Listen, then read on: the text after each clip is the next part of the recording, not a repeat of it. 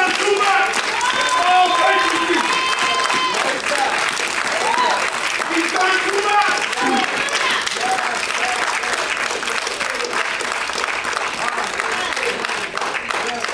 Oh, Lord. Glory. Oh, I thank you. Oh, I thank you. Hallelujah. Father, we thank you. What an awesome God you are. Yes. What an amazing God you are. Yes. We worship you. We honor you with the fruit of our lips. Yes. Father, we praise you for what you're doing in our lives. But mostly we praise you for who you are. In Jesus' name. Amen. We are continuing in our theme for this quarter. It's on greater surrender. And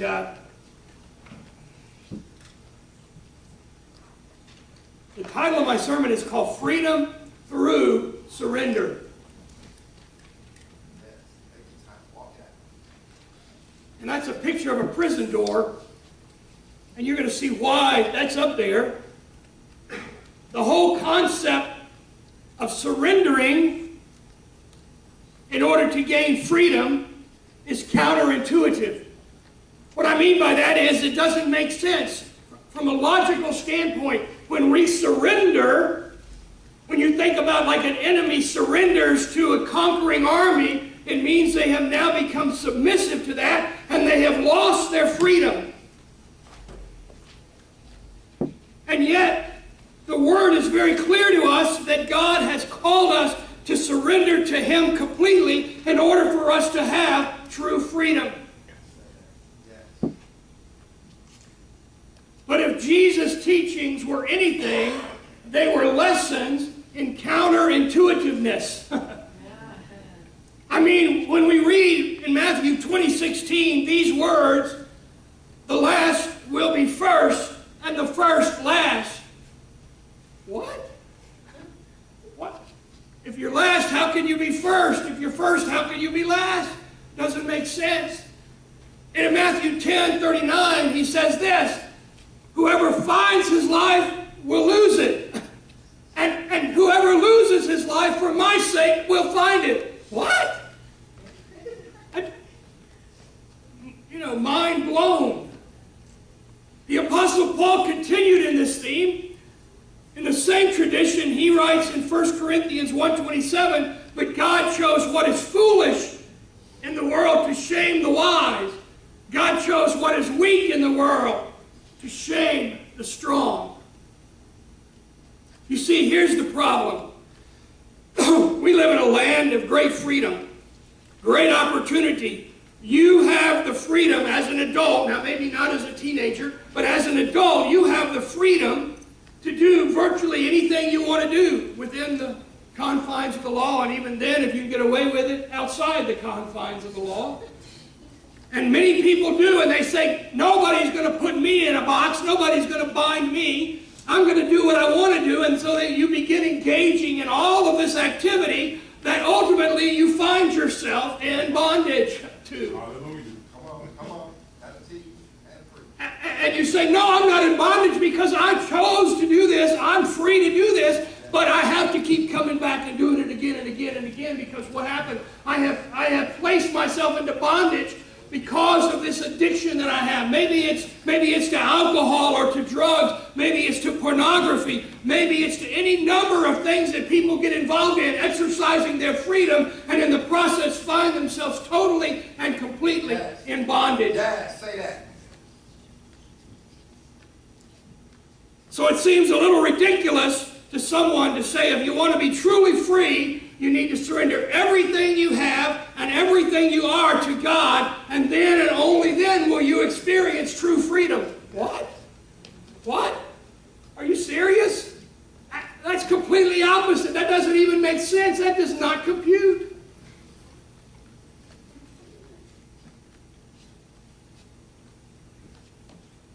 For almost 8 years, I was a helicopter pilot.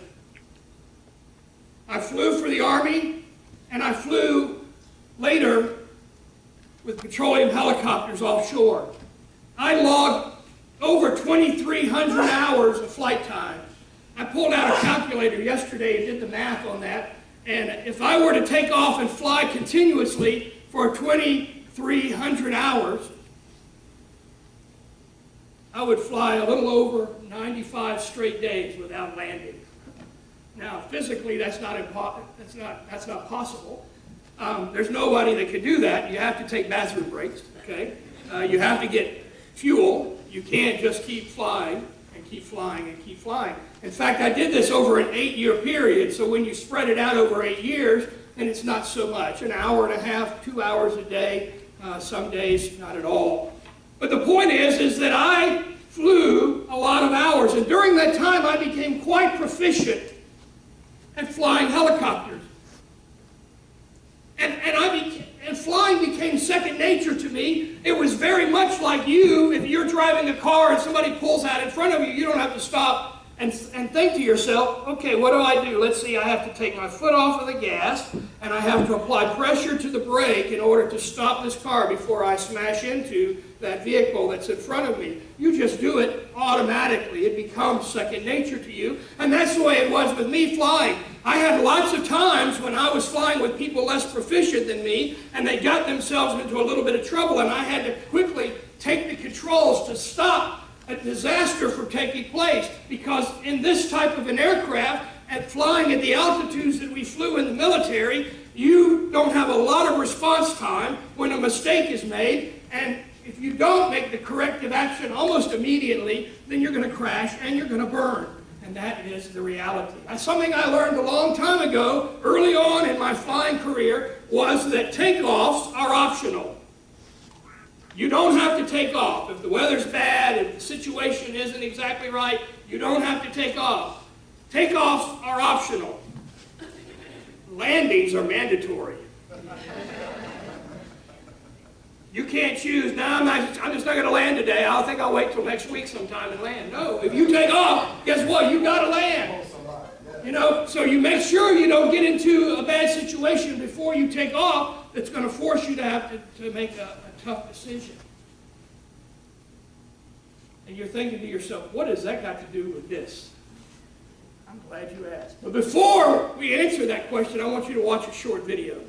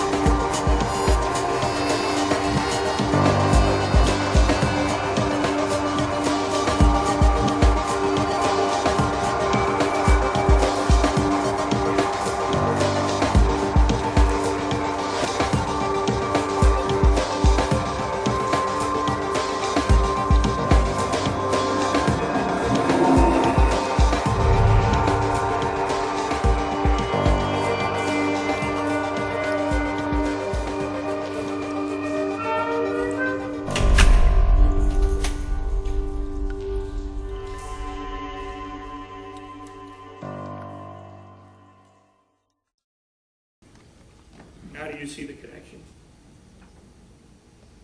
No, you don't, because I haven't made that connection yet. My first point in my sermon is this.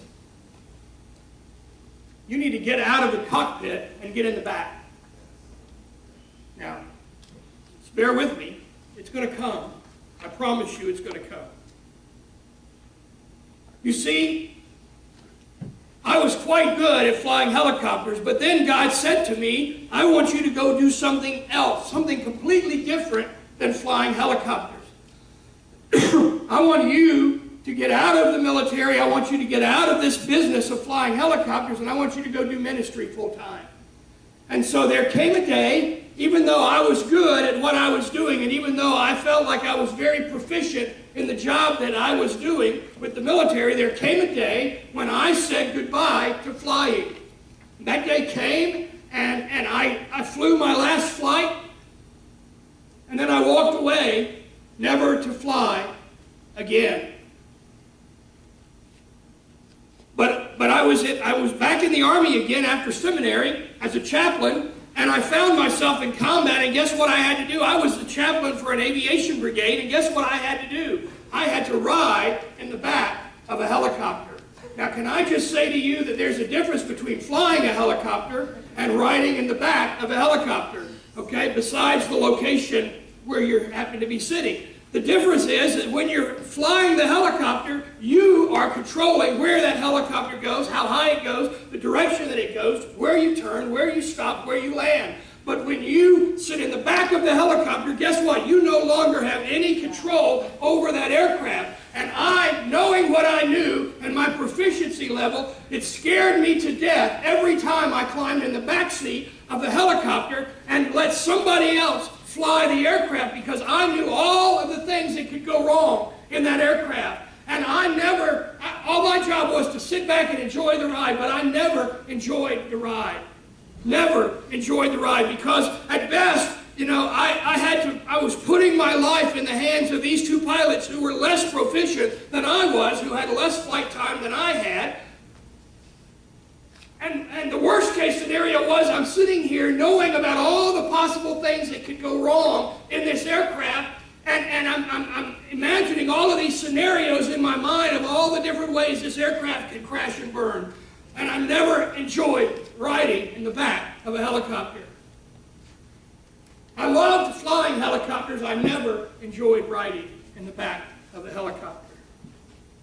What has that got to do with prison? We're still not there yet. Keep with me, I promise. My experience tells me a lot about human nature. We like to be in control. We enjoy having a firm grip on our destiny. We want to be able to steer our lives where we want to go. We don't like to be at the mercy and whim of someone else, even if that someone else is God Himself. Now, we like to have Him on board. We like to have Him on board because there may be a time when we need to call on Him, and it would be okay to kind of lean back from the pilot's seat and say, hey, God, we got a little bit of a situation here and we could use your help. Otherwise, we want to turn His headset off because we really don't care what He has to say because we're flying this aircraft.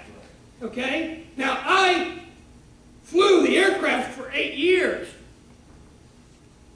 Then I had to sit in the back, and guess what? The two people that are flying up front, that are flying the aircraft, really didn't care about my proficiency level. It was really irrelevant to them.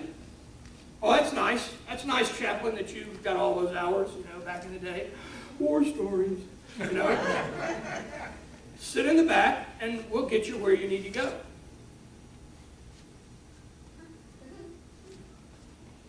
But you don't understand. I want to fly this aircraft. I want to fly it. Chaplain, sit down, shut up, and we're taking you where you need to go, okay? Look, my commander, I was telling someone in the early service this after the service, my commander in Desert Shield, Desert Storm wanted his chaplain on board every time he flew. The problem was he was one of the worst pilots we had. It scared me to death every time he would say, come on, chaplain, it's time to go flying.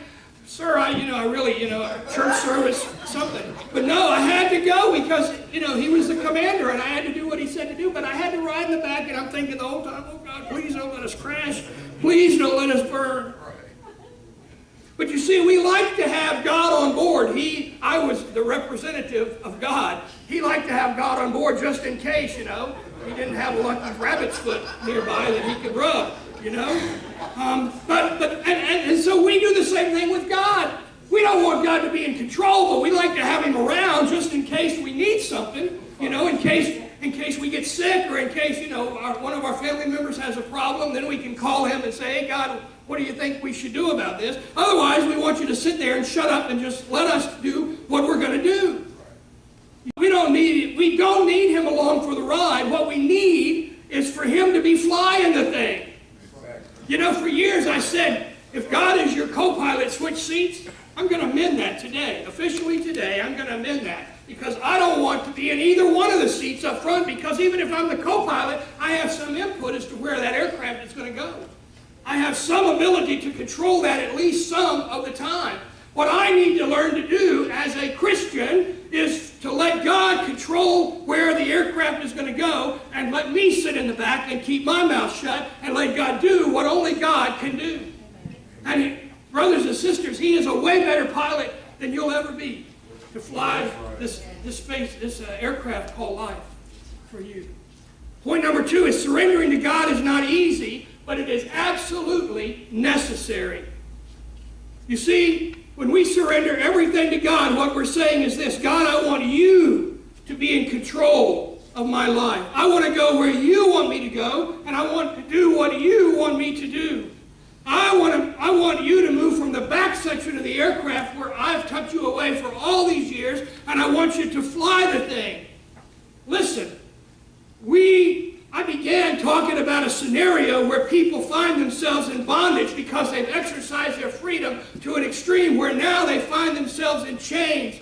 And how many times do we ask God to free us from chains that we have voluntarily placed upon ourselves?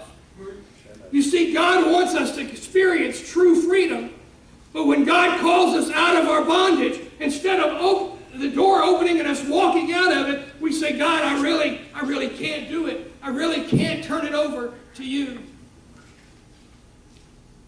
I really can't do it. We even hope that our pastor holds the answer. Maybe something that he'll say in his sermon or something that we'll read in the scripture. But you see, no amount of approval from others will grant us the freedom that only God can give us. No sermon or seminar can unlock the change that we have placed upon ourselves.